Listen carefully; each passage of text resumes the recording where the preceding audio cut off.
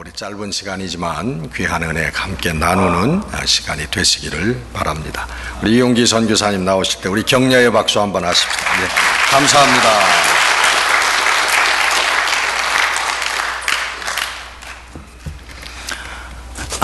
이런 모습으로 뵙게 돼서 죄송합니다. 물론 이것도 하나님의 은혜인 줄 믿습니다. 사실 이 은혜의 강교회는 이 근처에 우리 가족들이 많이 살아서 늘 왔다 갔다 하면서 봐왔고, 또 우리 홍 목사님은 특별히 저와 40년이 넘게 학창시절부터 같이 지냈던 그런 목사님이 가까이 오셔서 목회하시는 모습을 제가 보면서 늘 기도하고 있습니다. 더욱이 여러분들이 그 이후에 우리 푼타반다 우리 멕시코를 도와주셔서 그동안에 기도해 주시고 도와주셔서 우리가 참 믿음 가지고 열심히 일하고 있습니다. 홍 목사님도 마찬가지입니다만은 저도 한 30여 년 단독 목회만 쭉 해왔습니다.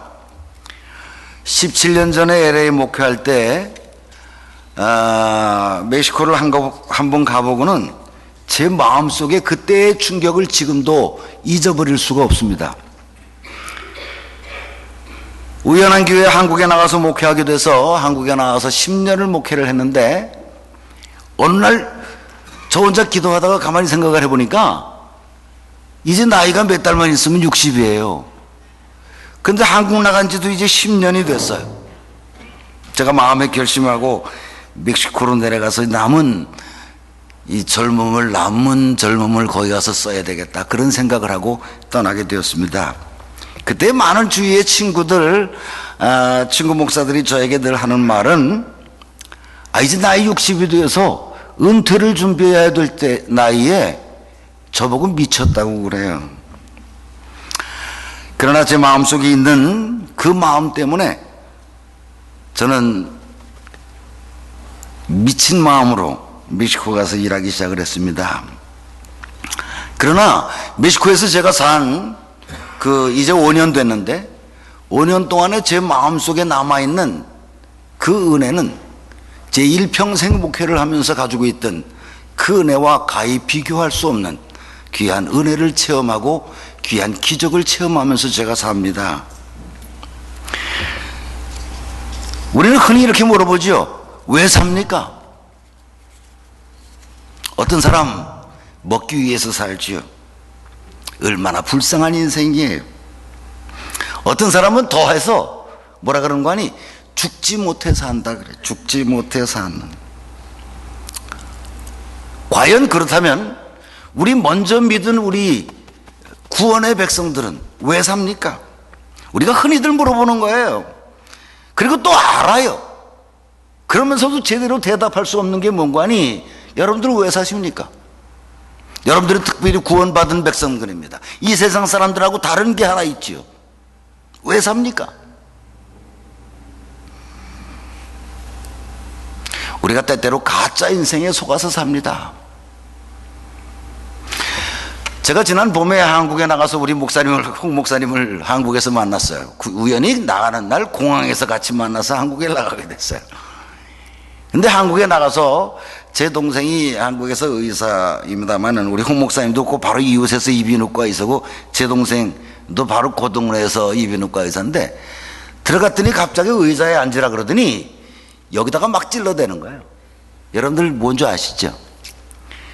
보톡스를 여기다가 막 찌르는 거예요. 제가 한 5년 멕시코에 살았더니 시꺼멓고 주름살은 막 생기고 옛날 얼굴이 아니었던 모양이에요. 그러니까 제 동생이 그걸 보고 막 찔러대는데, 나중에는 이게 안 올라가니까 눈이 처져가지고 내가 거울을 봐도 내 인상이 바뀌었어요. 요즘에 얼굴만 가짜인 줄 아세요? 수도 없는 가짜들 갖고 다니잖아요. 들고 다니고. 그러다 보니까 자기도 모르게 그거 갖고 다니면서 그게 진짜인 줄 알아요. 하도 거짓말을 많이 시키는 사람은 거짓말을 하다가 거짓말이 진짜인 줄 알아요. 어떤 인생을 살아야 될 줄 모르고 살지요.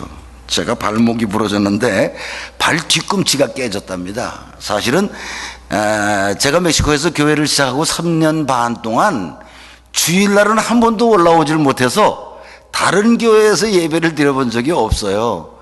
근데 사실은 홍 목사님한테 제가 엊그제 전화 걸기를 내가 월요일날 발 뒤꿈치를 수술하게 될 것 같은데 병원 약속이 있어서 내려가지는 못하겠고 어느 교회든지 가서 내가 예배를 드려야 되겠는데 홍 목사님 댁 가서 예배를 드리면 어떻겠냐 그랬더니 그렇게 하재요. 그래서 나는 저 뒤에 와서 예배만 드리고 가려고 그랬는데 조금 있다 다시 전화가 왔어요. 설교도 하고 가야 된대요. 여러분, 다리 부러진 내가 아닙니다. 보톡스 맞은 내 얼굴은 내 얼굴이 아닙니다. 그런데도 불구하고 많은 사람들이 그게 진짜인 줄 알고 그렇게 삽니다. 저도 사실은 홍 목사님만큼은 아니지만 인상 좋다는 소리 많이 듣고 산 사람이에요. 그런데 그냥 이렇게 만들어 놨어요. 여러분, 왜 사십니까? 가짜를 잘 알아야 진짜가 무엇인 줄 알지요. 뭐가 가짜예요? 우리 이민 생활에 특별히 많이 그렇게 얘기하죠. 자녀 교육 때문에 왔다. 이민의 꿈을 안고 왔다. 근데 애들은 다 접혀놓고 그냥 돈 버는 데만. 돈. 여러분들 어떻게 사셨습니까? 그리고 여러분들의 삶이 진짜인지 가짜인지 한번 생각해보는 그런 시간이 되었으면 좋겠습니다. 오늘 본 말씀의 사도 바울의 이야기입니다. 우리가 잘 알다시피 사도 바울은 가문도 훌륭한 사람이요, 그때 당시에 아마 돈도 많았을 거예요. 지식도 훌륭한 사람이고 명예도 훌륭한 사람이었습니다. 뭐 하나 나보다 떨어지는 게 없이 나보다 더 훨씬 훌륭한 사람이었습니다. 우리 여기 성경 구절 한번 띄워보실래요? 오늘 본 말씀 띄워보십시오. 예. 내가 달려갈 길과, 거기까지는 쉽시다. 주 예수께 받은 사명과 하나님의 은혜의 복음을 증언하는 일은 같은 말이죠. 하나님의 은혜의 복음을 증언하는 일이 뭡니까? 영혼을 구원하는 거예요. 그 일을 위해서 사도 바울은 내 생명조차도 귀하게 여기지 않아. 내 생명이 천하보다 귀하다 그랬는데 내 생명보다 더 귀한 게 뭐냐? 바로 한 영혼을 구하는 일이다. 사도 바울의 말씀입니다. 우리가 어떻게 살았어요? 저도 오늘날 가만히 생각해 보니까 30년을 넘게 담임 목사를 했는데도 별로 내가 전도한 사람이 없더라고. 얼마나 불쌍한 인생인지 몰라요. 나 때문에 하나님을 믿고 나 때문에 영혼이 구원이 되어서 하나님 안에서 기쁨을 누리는 자가 있다면 그 사람은 성공한 인생을 산 사람이에요. 과연 여러분 어떻게 사셨어요? 생명은 천하보다 귀하다 그랬어요. 영혼 구원? 얼마나 귀한 줄 알아야죠. 이 세상 사람들은 그게 중요하지 않아요. 우리 먼저 믿은 우리들은 그것이 우리의 사명입니다. 사도 바울처럼 그것이 우리의 생명보다도 귀합니다. 이거를 위해서 얼마나 열심히 살았느냐가 중요하지 않아요? 우리가 가까이 살면서 사실은 멕시코를 잘 모릅니다. 우리 멕시코가 어떤 곳인고 하니 주민등록조차 출생신고조차 되어 있지 않는 백성이 멕시코 사람 전체의 반이에요. 46%라 그러는데 아마 거의 반이죠. 그 사람들 빼놓고 나머지만 친해 국민이라 그러는데 그 반이 넘는, 반이 다 되는 그 많은 숫자가 누구냐? 바로 인디오들인데 그 많은 사람들이 사실은 미존도 종족입니다. 우리가 흔히 미존도 종족이 어디에 제일 많으냐? 인도에 제일 많다 그러는데 실질상은 주민등록조차 없는 미존도 종족이 가장 많은 곳이 멕시코죠. 여러분들 여기 우리 멕시코에 와보신 분들 많이 계십니다만은 그들이 거의 다 멕시코 사람들이 쓰고 있는 스페인어도 할 줄 모르는 산속에서 자기네 스페인이 멕시코를 점령하기 이전에 쓰던 부족 언어를 쓰고 있는 사람들이 모여있는 지역에 제가 있습니다. 그들에게 스페인 말을 가르치고 그들에게 주일 예배를 드리면서 은혜를 함께 나누고 그들의 영혼 구하는 것이 가장 귀한 줄 알고 제가 그곳에서 살고 있습니다. 그들을 먹입니다. 먹을 게 없으니까 병원에 데려가고 약을 나눠주고 신발, 머리까지 깎아줍니다. 근데 그게 중요한 게 아니지요. 그들의 한 사람 한 사람의 영혼을 구원하는 일 때문에 그런 일들을 하고 있는 겁니다. 여러분들 거기에 동참하셔서 매달 선교비도 보내주시고 기도도 해주시고 1년에 한두 번 오셔서 또 그들에게 음식도 나눠주시고 도와주고 계십니다. 그 일들이 얼마나 귀한 일인지, 한 생명을 위해서는 얼마나 귀한 일인지를 여러분들 이 시간 체험해 보시기를 바랍니다. 그들이 구원을 받아서 좀 똑똑해져서 그들이 말도 못하고 똑똑하지 못하면 죽을 때까지 가난한 그 농장에서 살면서 그 농장, 그 먼지 속에서 살다 죽을 수밖에 없어요.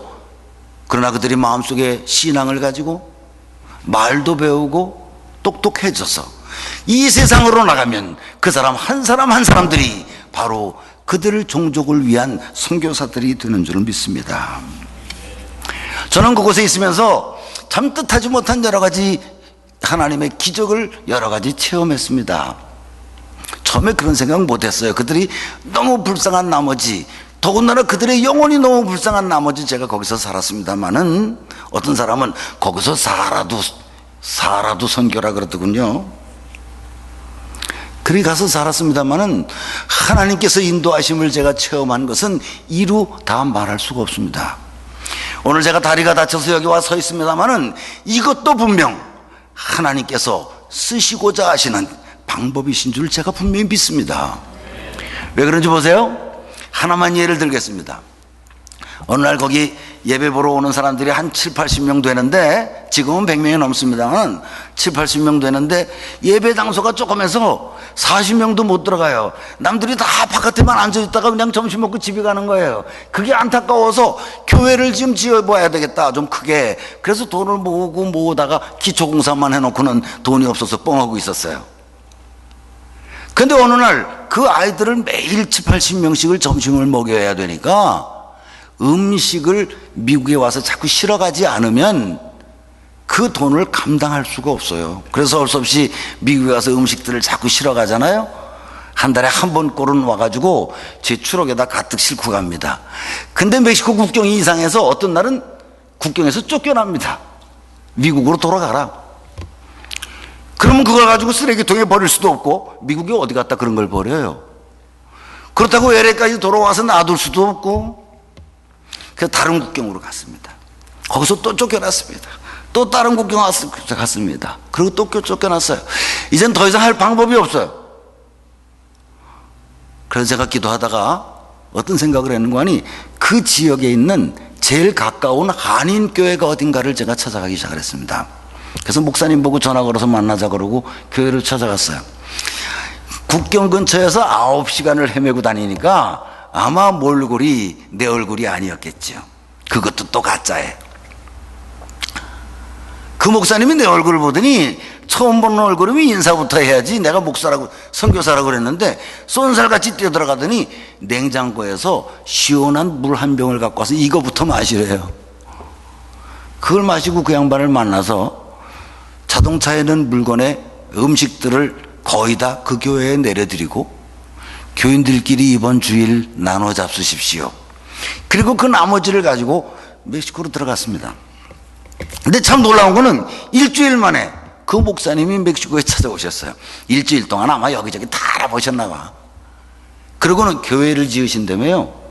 예, 교회를 지으려고 그러는데 지금 이렇게 기초공사만 해놓고 중단하고 있습니다. 그랬더니 그 자리에서 현찰 2만 불을 주셔요.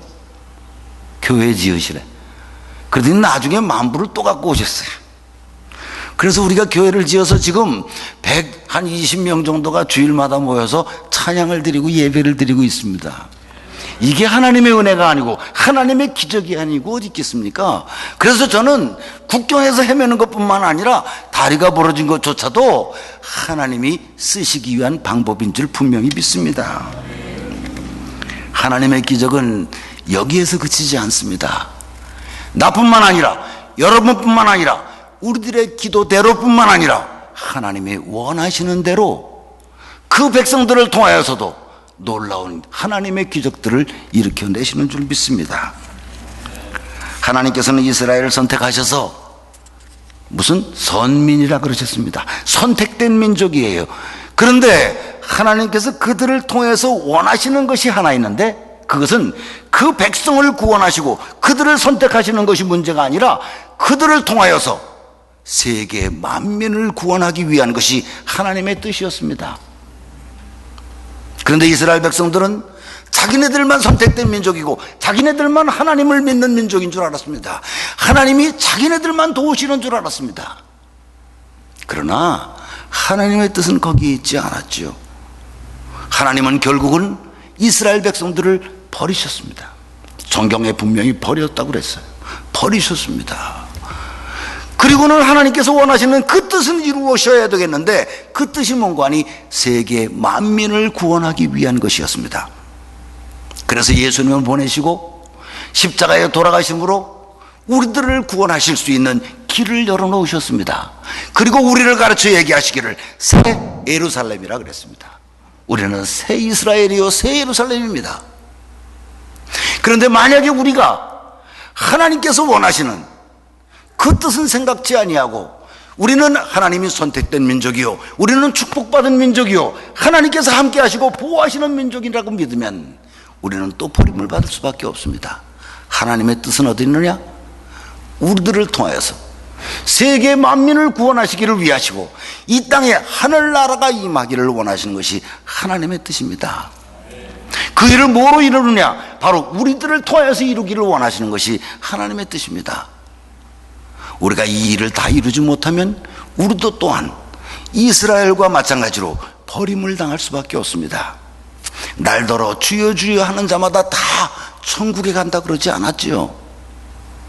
우리가 하나님을 믿고 하나님의 이름으로 어떤 기적을 베풀고 하나님의 이름으로 헌신하고 구원하고 애쓰고 수고한다고 할지라도 하나님께서 원하시는 가짜가 아니라 진짜의 길, 영혼 구원을 위해서 애쓰지 않는 자는 결국 버림을 받을 수밖에 없음을 여러분들 기억하시고, 먼저 구원받았다는 게 뭐예요? 얼마나 귀한 거예요.